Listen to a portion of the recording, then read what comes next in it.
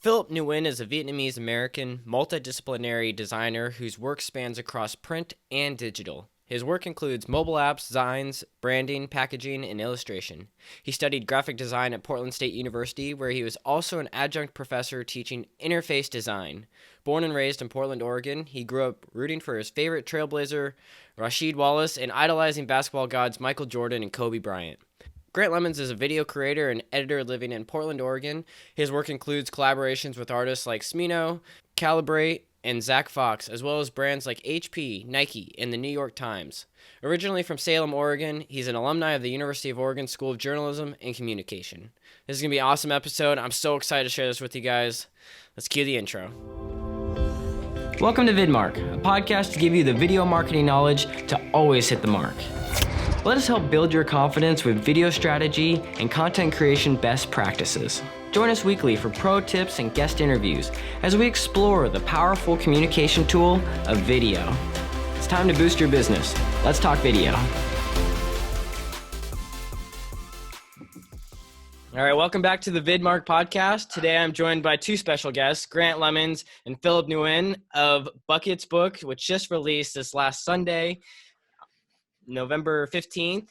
And to give you guys a little bit of synopsis, everyone remembers the hoops that they grew up on, the distinct sound of the swish of the net, the slap of the bank shot on the backboard, and the thousands of imagery, walk-off buzzer beaters. Buckets came to be organically as a way to preserve and admire the neighborhood hoops throughout the city of Portland, Oregon. I'm very excited to have you guys on the podcast. I guess, full transparency for the audience, we weren't recording the first section, so this is our second go at it. But do you guys want to give a little bit of synopsis of the book?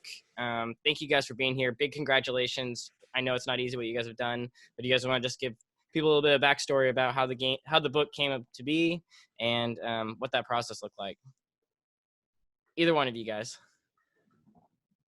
Perfect. Let me do You said let me? Yeah. Okay.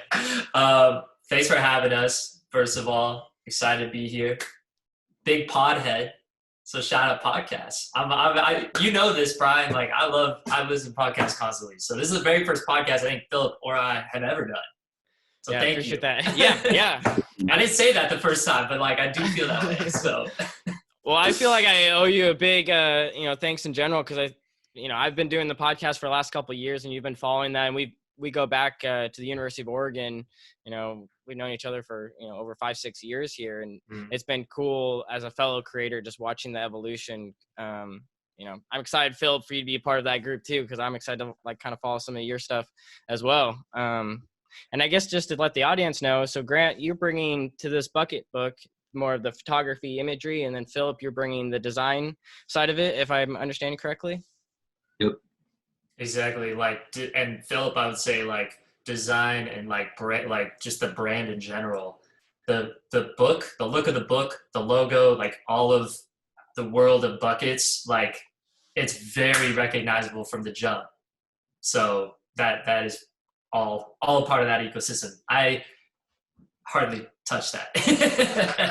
I shot photos. That was my thing. So yeah, and having that be all concise and look similar is a big part of it. Do you guys want to talk about the very inception of this and maybe how you guys met or came to decide to do this project, and maybe a little bit backstory of the book?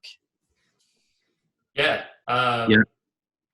You want to tackle this one, Phillip? I know you did the first take, so I think you got it, bro. Yeah, I can do it. So Grant and I met at a design studio called Uncork Studios. This was back in, let's say 2015. Is that right, Grant? Yep. Yeah, 2015. Yeah, Grant was a producer intern there. I was a full-time designer, I think just 1 year in, and I don't think we even talked really much our first year, which is kind of crazy. Barely. We talked about rap and maybe a little bit of basketball, but that was about it. Right. Yeah. So basically, Grant moved away for a little bit, came back, saw him in the studio, and we just hit it off again. And one day he basically came up to me and was like, "Hey, I do photography, you do design. We're both into basketball. Let's combine those and make a coffee table book. I think the backstory behind that was that Grant was already taking pictures of basketball hoops on his Instagram. I was already posting basketball hoops here and there, I think just mostly through stories. But that really triggered the idea that, we're both into basketball hoops, we're already photographing basketball hoops. Might as well make a project. And real quick, it's fair to say Phillip at the time was making a lot of zines for fun. Like in Right. the office. So I feel like that's why I knew it could work. Like Phillip, like I even remember when I was living in Denver, I got one of them and you sent it to me in Denver because I think we kind of kept in contact online. I'm just remembering this right now. So you could tell probably Brian too, this interview, Phillip and I talk basically every day through the days. Like we obviously become very close to the project, but also like it's still the point where there's enough like things that have happened in the past. It's kind of like, oh yeah, that's how that did happen. But I mean, truly it's like Phillip is creating zines. Like I was wandering around a lot on runs, seeing hoops. Phillip is like on foot, like he's seeing all these other hoops. So it just kind of like, it just made sense. It was like, oh yeah, we should do something like to tell the city, like show a side of Portland, right? Like Portland's this kind of quirky, interesting city and only showing that through the lens of like hoops because the hoops have so much character. Well, I think it's also important to note though, like Portland is a basketball city. They don't have a football team. Soccer's, pretty big, but I would say basketball is the main, draw for people for, out there going to the Moda Center. So do you guys want to talk about like what basketball means to the community or what the hoops kind of mean for the community?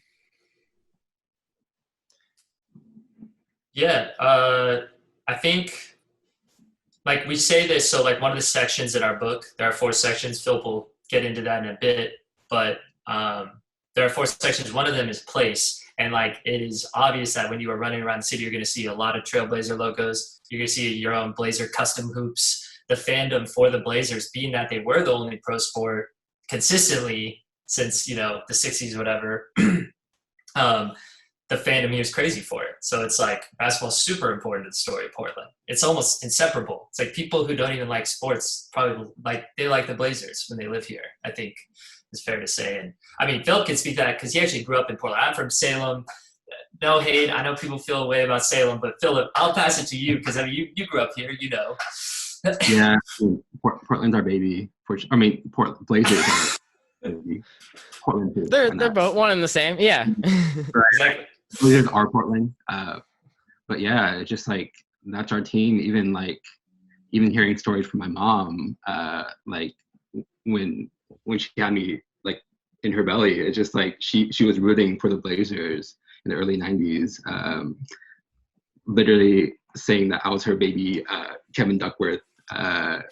This is like a story that she always tells me, but it's just like, again, like even from people who aren't super into basketball, you can help yourselves in rooting for the Blazers. So yeah, it's definitely like the thing that brings the community together, whether you're into basketball or not, but just whether it be rooting for the Blazers, going to the Blazer game, but like that's like the communal kind of like yeah, just thing that brings the community together. So yeah. Definitely. I agree with you 100% that, yeah, it's a community thing that brings people together. And then you guys have found a way of finding another way for basketball and design, art, all these things to come together as well. And I think this is a good time to maybe segue into, Grant, you mentioned the 4 sections of the book. Phillip, do you want to kind of elaborate on that a little bit? Yeah, so coming up with 4 sections, or a little backstory. So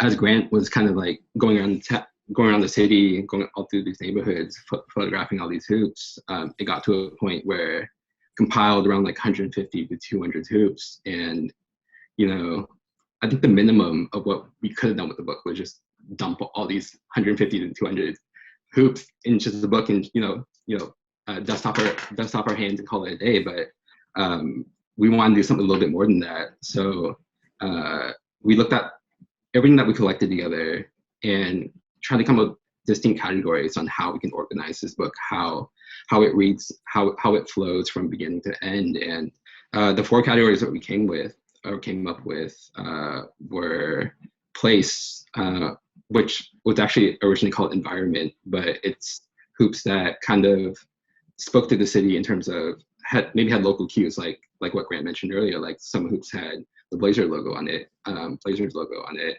Some hoops honestly looked distinctively like they came from Portland. Like one hoop had a backboard that was literally the silhouette of the state of Oregon. One hoop also had like bird feeders on it, which is like, quintessential like Portland weird. So it's just like, that was the first category. Second category was a category called texture. So just highlighting texture of the hoop. So like the rust on the hoop, the wear, the natural wear on the hoop, the close up of the materials of, say, like a chain net or like the nylon of a net. And that eventually led to another category, or looking at all these hoops eventually led to another category called shapes, where we saw a lot of hoops kind of share a common shape. Maybe they had like a unique shape, and or even what would be like a unique shape, like a triangle kind of deal, or there was one where it was like a big semicircle, even though that sounds pretty basic, but like the scale of it just dwarfed like the actual rim in the net. So that was a really distinct shape. I'm trying to think. Hey, Grant's showing it up there. Right there. Yeah. That looks good. Yeah, thanks for sharing that. Yeah. Yeah, or even just like a weirdly cut one, like, you know the shape of a hoop in your mind, right? But then people are making all sorts of custom ones, right? A lot of DIY stuff. Yeah, a bunch of variations on it. Yeah, and it could also be like the shape of like the square on the backboard. Like there's some hoops that didn't even have a square. Like for like one example in the book, someone actually like painted a basketball hoop on a basketball hoop. So it's it's an Inception hoop. Exactly. So it's like stuff like that. So that's shape, and then the last category was color, and that was the category that I came up with to kind of like, if they didn't fit in the other three categories, at least I can make some kind of connection to dump it in color by organizing two similarly colored hoops right next to each other on the spread, or maybe like a hoop just had a very distinct color. But it ended up being one of my favorite and one of the stronger categories within the book, weirdly enough. But yeah, it's just like having these four categories that were a little bit, I guess, like more interesting, especially when people turn it page by page, and almost having something a little bit more unexpected than expected, from going section by section or page by page. And me being an experienced designer, like, you really don't want to like lose people's interest, especially when they're reading a book, even though like ours is like a photo book, or photography coffee table book. But I still wanted that experience of, almost enticing or kind of like leading people to really want to turn that next page and see that next hoop. So like coming up with these categories too really kind of shaped our eye when we were like looking for hoops out in the real world, especially like when me and Grant hopped in the car, we through all these different neighborhoods, and we're almost designing the book in our heads, or as we are looking at a hoop, or finding a hoop. It was kind of like we were running it through these four different categories to see if it fit in any of these categories. If not, we probably moved on to the next hoop. But if it did, we kind of framed or kind of like shot the hoop based on how it best fit in that particular category. Like, for example, if it fit in the texture category, probably do like more of a tighter shot, like on the actual details of the hoop. If it was something that fit in the environment or color section, maybe a little wider shot to kind of show off the colors or the actual place of the environment that's behind the hoop. So it really allowed us to almost like avoid just shooting or capturing every hoop that we came across. It was almost like we were designing it in our heads as we went, and kind of already curating our catalog full of hoops every time we went and found some new hoops. A big thank you to our sponsors over at songtub.com. That's right, song or music and a tub, like a bath, but more fun to say. Tub. Anyway, you can check out Songtub's website for any of your music needs. In fact, the song playing in the background right now is from Songtub. So why pick them over anyone else? Well, they curate the music. And I know the guys, so that means I know that they're selecting great music for your project. A lot of other companies will brag about how many songs they have, maybe 100,000, 200,000, maybe even 1 million. But honestly, I don't have time for that. I don't have the time to just sit down and go next, a song not so great, trying to figure out where the best music is. Songtub.com, great place to get your music, and now I'm excited to offer you the first month for free if you go to songtub.com/pro, P-R-O, and we have a promo code for you. Yes, that's right, my name, your host, Brian, B-R-Y-A-N, and that will give you your first month free to have access to a huge music library that you can use towards your next video project, podcast, or any of your general audio needs. Anyway, back to the show. Yeah, I think what a lot of people are hearing, and I hope it's getting across, is that a lot of thoughtfulness went into this book. Every single page and the structure, and just it sounds like, because where do you even begin when you have all of these hoops? And I like that you guys differentiated it from a catalog. There's a story behind every single hoop and every single page, and then you broke it down in those 4 sections. Do you? In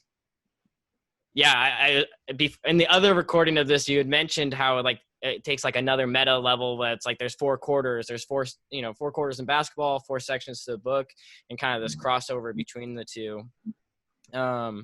And then you guys, were on the hunt to try to find something that, fell into some of those categories. So you guys were out there, rain, shine, every single type of element, right? For the most part. Every season.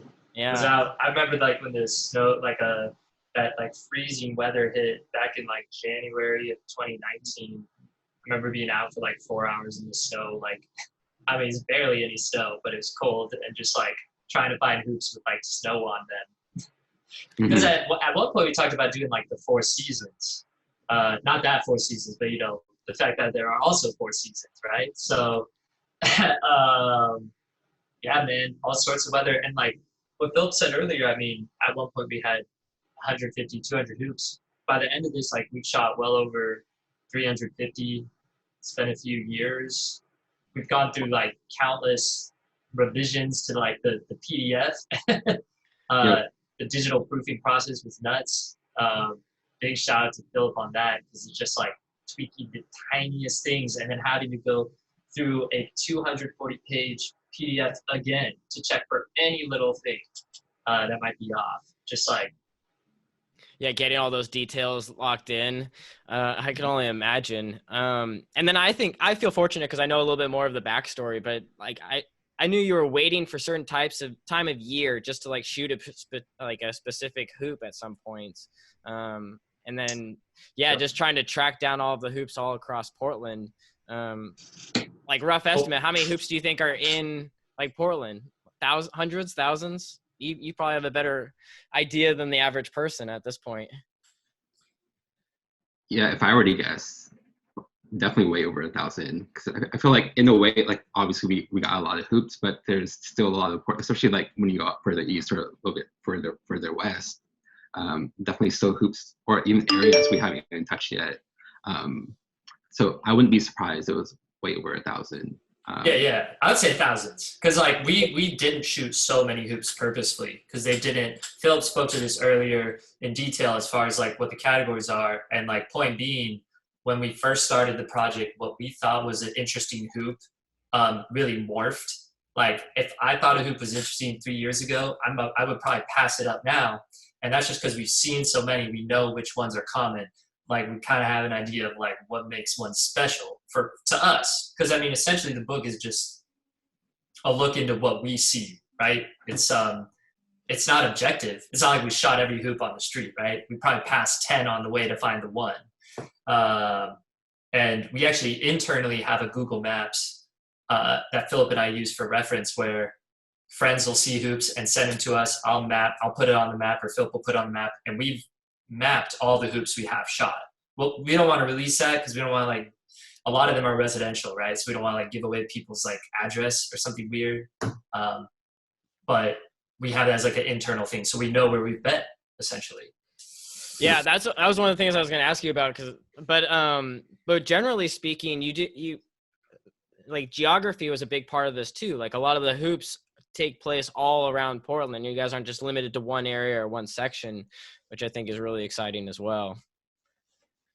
Yeah, we wanted to cover the whole city so it felt comprehensive. Like even like really hilly parts of Southwest, it's like it was pretty hard to find a hoop there, but we probably drove it at some point just to see. You know, their hoop might be in the backyard because the streets like this, you know, curves like this. It's like you couldn't really play there. So yeah, the hills of Portland, and then I think it's awesome you guys have like textures because I imagine people. All the different elements, all the weather elements that, you know, happen for a hoop out there.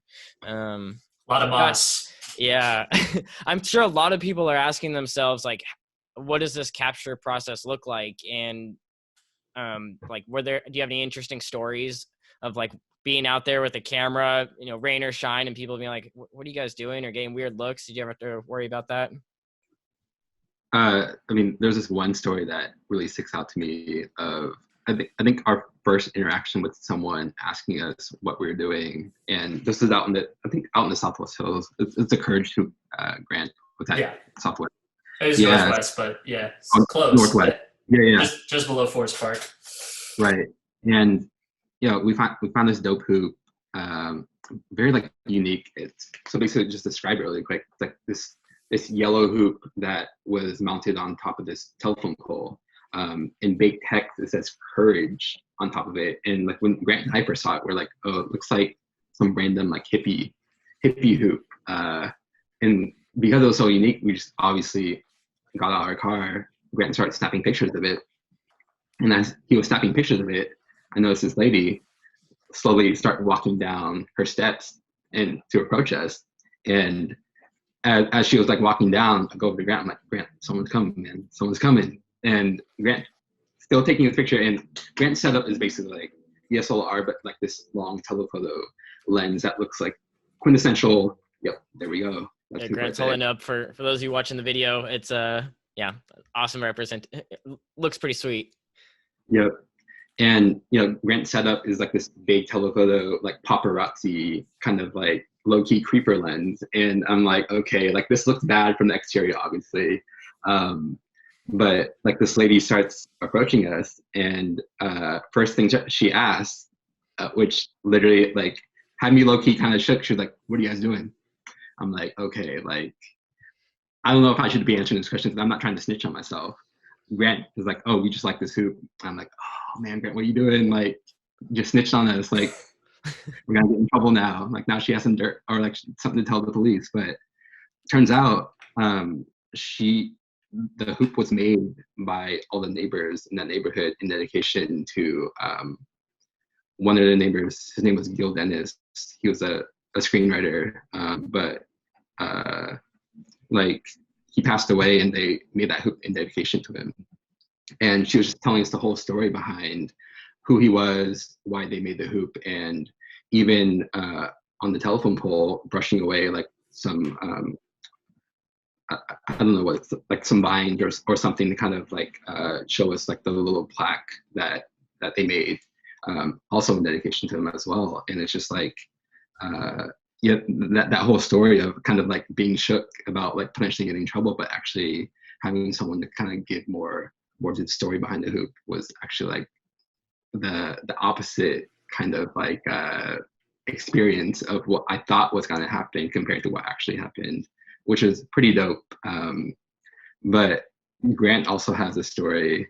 Minus is one thing that happened, like pretty much anytime someone did come out, it was like either were just kind of like, "Oh, that's kind of weird. Cool." Like, or they would give us some story about like what the hoop is, who, you know, like it's kind of like the reason we didn't include too many of the stories, I feel like, and it's not like it happened a ton, but it's like it's a lot of things you would expect. Like this hoop's been up here for years, and the kids used to play on it, and we kept it up because it reminds us of a happy time, and our family, and maybe we still shoot on it when they come back. It's kind of stuff like that. But I feel like yeah, it's I think because most of the photos were shot on a telephoto lens, so that we didn't get things that we didn't want in the frame, it also gives the impression that maybe that doesn't look good. Like maybe you are being creepy or something.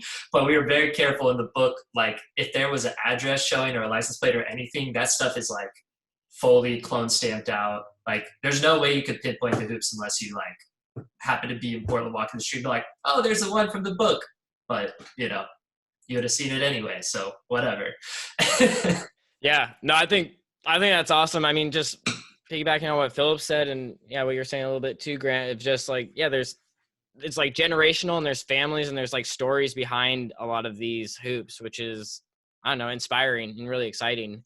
And then I just find it remarkable. So you guys have 2 stories, but just reading a little bit further in the bio that I forgot to read in the initial start, but you guys took over 350 hoops in general, and like you guys mentioned earlier, like you've taken photos of thousands of hoops at this point, but to only have 2 stories after taking so many photos is pretty remarkable. But yeah, I've been out there like with a big telephoto lens, and you kind of stand out. But I think Portland as a photography accepting city, or just accepting of people doing creative work, I think maybe it's pretty exciting. I mean, you talked about filming. This started as like a photography, but then you guys decided to morph into, for some of the marketing aspects, doing a little bit of video as well. Do you want to talk about how that idea came about, and anything to look forward to with some more of the video content? Phillip, how did that like come about? Like, why did that happen? Because it's like that is all we were posting until the book release for like 3 months was videos of hoops. But like, I'm trying to remember how that came to be exactly. I remember, but it almost sounds too simple to be true. I recall you being like, "Hey, I'm gonna start recording video. I have an idea in mind," and I literally was like, "I don't know what like in my head, I'm like, I don't know what a hoop video would be. Like, are you gonna record like maybe you shooting some shots or what?" But you're like, I'm gonna do some videos. I'll shoot it your way when I have it done. I'm like, okay, trust you, man. Do the videos. I remember when the first one came through. I'm like, okay, like let's continue doing these. These are dope. And I think it just ran from there. It's in a way kind of spontaneous. It wasn't like we were kind of trying to strategically like pivot away from doing photography. It was more of like, I just want to do a video and see how that looks, and it ended up being cool, and we just continued running with it for a minute. That's what I remember. Yeah, I think that's exactly how it happened, and also I think it probably speaks to 2 things. Like the first thing with like Phillip and I, being that we have different skills, is like if one of us has an idea, we trust each other fully. So it's just like, you just go for it, and then you can loop me back in later, and we can figure out like if it was a hit or not, however it works. And with the videos there, and I think I spoke to this earlier, but there are a lot of hoop accounts. And I didn't know this before we really started going public with this stuff. Like we worked in silence on this without posting really anything for a long time before we started the Buckets account, which was still already back in like February 2020. So it's still like a while ago. But there's tons of accounts where they just post hoops from all over the world, or like all over New York City and all these different things. But one thing I had not seen were like hoop videos, like static videos of these exact same hoops. It's like super simple idea, but we had a huge catalog of all these hoops we shot photos of. So it was easy. I could just like pull up to it, get the setup, get this really clean video of it. And on Instagram, it's almost like this trippy thing. It's so like crisp. You think it's a photo, and then little things are moving, like the bush is moving in the background, or you see a slow-mo swish go in or something. It's like, oh, all right. Like it just kind of, I think it helped take us a different direction, but like kind of stay in the same place of these like kind of like a artistic like hoop account, I guess. I don't know. It just kind of fit in with what we were doing anyway. So totally, like adding some motion to it, and I think that's super unique. And I guess a lot of people might be curious, like, so there is sometimes a basketball in there. Is it one of you guys shooting it? Do you guys ask a stranger to shoot the basketball? How does that process work? It's me or Phillip. Yep. I We'll love switch it. All Grant and I. Yeah, Yep. tell people right now, or sorry to cut you off, Phil, but I tell people right now to go check out the Instagram account right now and see some of these hoops in action. It's very remarkable. And yeah, you guys describing it does a little bit of justice, but actually seeing them, crisp in action, because you guys have put a lot of work into it. And I think that is unique to take it to another level of adding the video component, because yeah, if other people aren't doing that, it's a little thing that you can do. And Instagram, I think it's easy for people to like take a photo on their phone, but to actually stabilize, take it home and color correct and make sure everything looks good, takes a lot of dedication. You guys are very detail oriented. How do you stay like focused, or I don't know, how do you guys not get overwhelmed by all the details that go into piecing together a book like this? I'm gonna let you handle that one, Phillip. Me. You're the king of that. I love details. I mean, it's just like the details are almost like the motivator, because like, you spend so much time building up to this one product, which is the book, obviously, that you want to pay attention to these details. So it's almost like it's a given, or that's almost like a must. You know what I mean? Because yeah, like we said, like we've been spending 3 years building up to this. So in a way, it's kind of fun and kind of like just part of the process. So I don't think it's like a chore, kind of paying too much attention to these details. It's kind of no, it's just like a part of the process. I don't know. I mean, I think Phillip's taught me that, though, I'll say, because like I think for me, like even down to the amount of time we spent on just doing our social, it's an inordinate amount of time, like for these posts, right? Like it's just like, but that's we purely focus on Instagram. We have a little bit of Twitter presence, but like it's like pretty much Instagram was our way to show the work.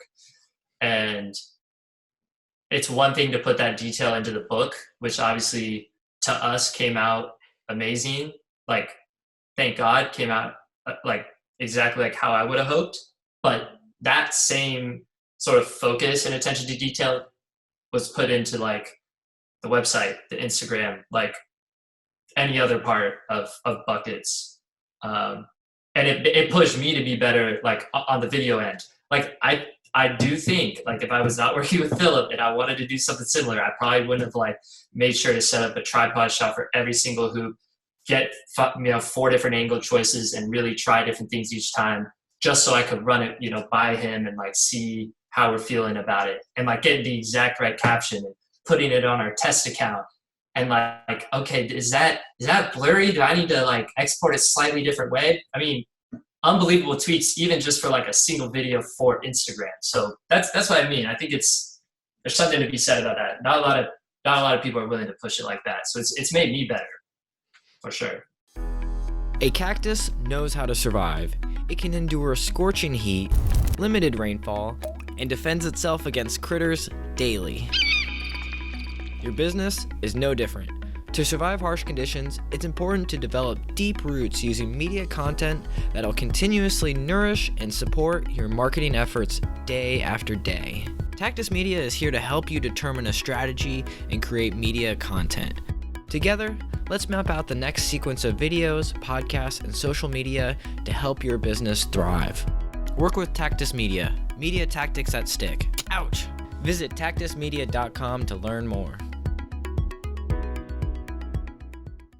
That's awesome. Yeah, I can imagine. Yeah, having a partner to work on this, like, yeah, you guys are able to like rise together or have an extra set of eyes, or you're trying to get it like to the threshold that you guys both feel good about. And I think if people haven't already heard, like, you guys are definitely passionate about this project, and like I'm sure as many, early mornings, late nights, piecing this together over the course of 3 years. Do you guys have any advice to someone else, like a young creative, a young photographer, designer, videographer, someone trying to do a big project?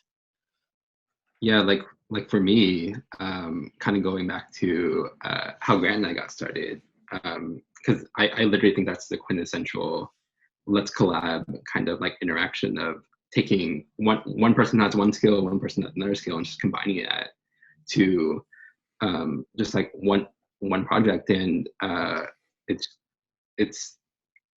I feel like, especially in times like these, like, you know, spending so much time inside, you know, it's like the perfect time to execute on your ideas, especially if your ideas kind of sitting on the back burner. If you have friends who are creative or have something to offer to the table, might as well take advantage of that, because everyone has different skill sets that they can provide to the table. And especially if you have common interests, like, again, and just speaking to Grant and my story, both in the basketball, design, photography, and videography all have some overlap. So kind of picking the perfect formula, or like and just executing really would probably just be my advice. I don't know. Yeah.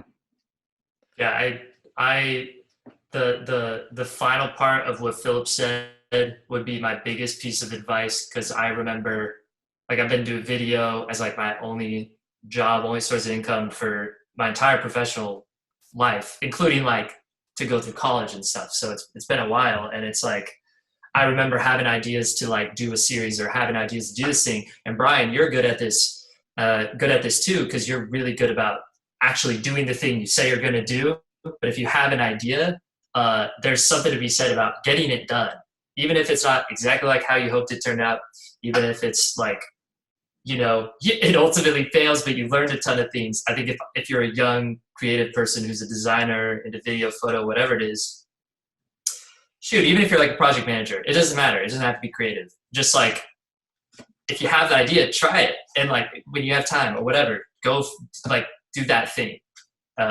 And you'll learn a lot from it. I think that's like, there's a lot to be said about just doing that thing. So Totally. I think that's all great advice from both of you guys. And you know, the only thing I've ever relied on is just being consistent and just keep showing up. That's the only thing that keeps me going. I think it's really exciting what you guys have done. It's like the culmination of so many different things, culminations of both of your guys' skill sets, the culmination of Portland community.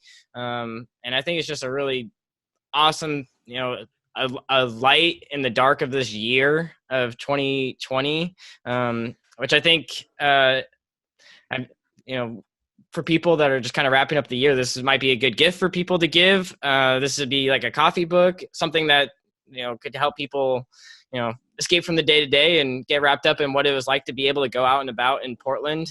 You guys have any thoughts there? Kind of the culmination of all of this. Are you guys excited for the end of the year and what holds for this book? Yeah, I mean, the release, I think this was, I think, pre-recording. So I don't think maybe we talked about the release, but I don't think we did this time, right? Sorry, I know you can cut this little part out, but yeah, what I'll say, just go for it. Okay. Yeah, so we've only been publicly available selling these for like 3 days. Yeah, this is like the third day, whatever. And it's been really awesome seeing like the positive response to it, and just honestly, plainly, just like having it out in the world as of 2 weeks ago when we first posted, hey, there is a book. For people who know us, who knew we've been working in silence on it for a while, or even just for all the people who found us through the account who had no idea there was even a product attached to it. So it's just been super energizing seeing that come to fruition. And for us, like, this isn't really the end. Like, to be honest, like, we will go back to continuing to post hoops and continuing to just like talk about the things we're into and making new things. So in many ways, like, the culmination of this book, like, it is sort of the start of this bigger thing, the way I'm looking at it. But yeah, I don't know. What do you think, Phillip? I mean, we've both been stoked at the response for sure. Yeah, like a couple of days ago we released, and even like, so we had a bundle pack that included like a free tote bag with the book, and that sold out in a couple of hours. And just seeing that feedback really quick, even like Grant and I hopped on the call or a Google Meet hangout right before we launched the website, and we're just like watching people literally like wait on our splash page for the top, refresh. which is crazy. A lot of people are actually like, waiting to buy this, and like orders literally came in like the minute we opened up shop, which is just crazy. Obviously thankful for all that, but it's stuff that we honestly did not expect. So I don't know, hopefully with this momentum, continue it into the next year. Whether it be obviously selling more books, but like hopefully when places start opening back up, shops start opening back up, we can have our book available, maybe in public, maybe like in a small shop where people can actually like hold it, pick it up, actually flip through the book. Because I think there's a lot going off of kind of like how we designed this experience. I really want people to kind of experience the book in hand. So hopefully next year that can happen. But yeah, response so far with the book is amazing. That's awesome. You mentioned like kind of one of the challenges there, but are there any other like really big challenges that you guys didn't foresee when it came to putting together this book that maybe you could share with someone else that tries to do something else like this? Phillip and I were talking about this right before we all three started talking, and the way we made the book, just based on the timeline we had, it kept getting shorter. So like one of the things we had to do, and it all worked out, the book came out again exactly like how I hoped it would have, but we essentially had to put all the money up front to get the books. Then there's a 6-week period from paying till when we received the actual sample in the mail. And because we were working at this, and when I say accelerated timeline, we didn't work faster on the book. That's not what I mean. I mean, we didn't want shipping to take longer. So we told them, regardless of how this comes, we just send over the rest. So we basically had 0 physical proofs of the actual concept until this arrived like 3 weeks ago. And we got to see it for the first time, which was a huge risk, and it all worked out. Because again, it goes back to what Phillip was saying earlier with the detail. Like his attention to detail and like that effect on me, because I'm not typically as detail oriented as Phillip, not even close. So I think like it pushed us to get it to the point where it came out perfectly, because the digital proof was representative of what it would eventually become. But I don't know, Phillip, are there any other, I mean, you were talking earlier about how there's this like semi-lockdown environment. We can't actually have people experience the book. That's been hard. That's definitely been hard, but yeah, I mean, hopefully soon. Yeah, I don't know. Yeah, I don't know. Yeah, totally. I think that's a good way of putting it, just in general, like that, just the risk and the gamble of not knowing what it looks like, and then you finally arrives, and Grant, we've talked about this offline, but you're just like amazed that the quality was where you wanted it to be, and everything just like turned out awesome, from what I've heard and what I've seen. So I get, you guys have really like put together an awesome, I don't even know what you call it, like art piece, basketball piece, whatever entry you want to call, but it's like, it's brought, I think it's going to bring a lot of people together. It's going to bring a lot of, people that maybe aren't as interested in basketball to maybe think twice when they see a hoop. I don't want to speak for you guys, but those are some of the things that I take away, is that this really is an interesting fusion of nature, texture, all of the things that you guys have broken down in this book.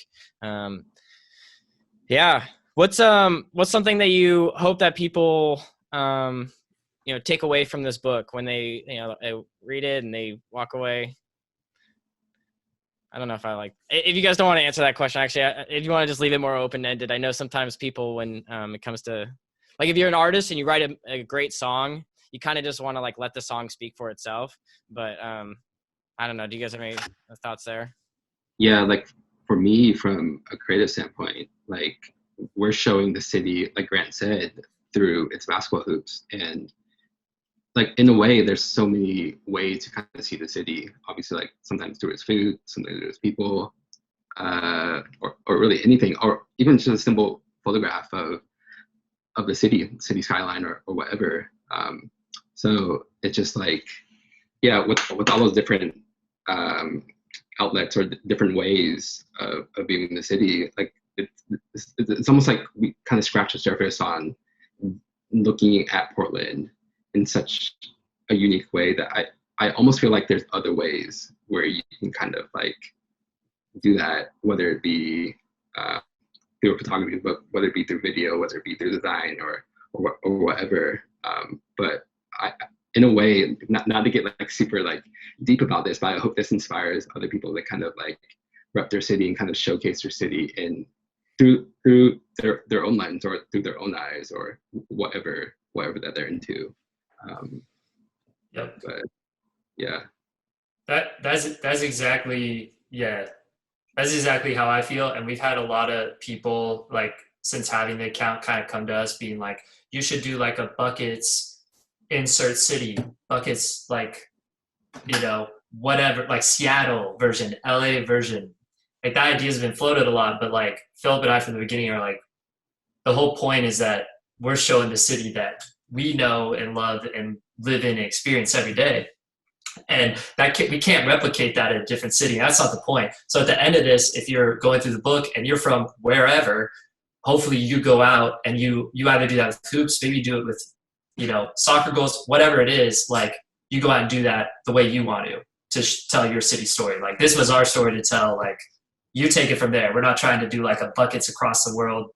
At least I don't think, but you know, it's like, it's Portland. Like that was the point. It doesn't say Portland on the book, like, you know, on this cover, but it's all Portland. So I think that was very intentional.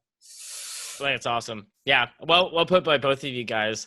I'm excited. This book is going to be, you know, an awesome way to, like I said, you know, not to add another cliche, but bookend the year. Hey, but let's go. Yeah, I think, yeah, I'm excited. Congratulations to you guys for pretty much like climbing Mount Everest. You know, you've been working on this for many, many years and a lot of thought and detail and preparation and all of that stuff. And I'm just really happy that you guys have like pulled it across the finish line. And I think, like we've mentioned on this podcast, it's going to be an inspiration. It's going to be educational tool for people. It's just going to be a good way for everyone to, you know, learn more about the city, learn more about the community. So anything that I haven't asked you guys that you want to say about the book?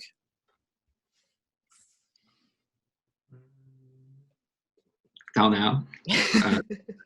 Buckets.co.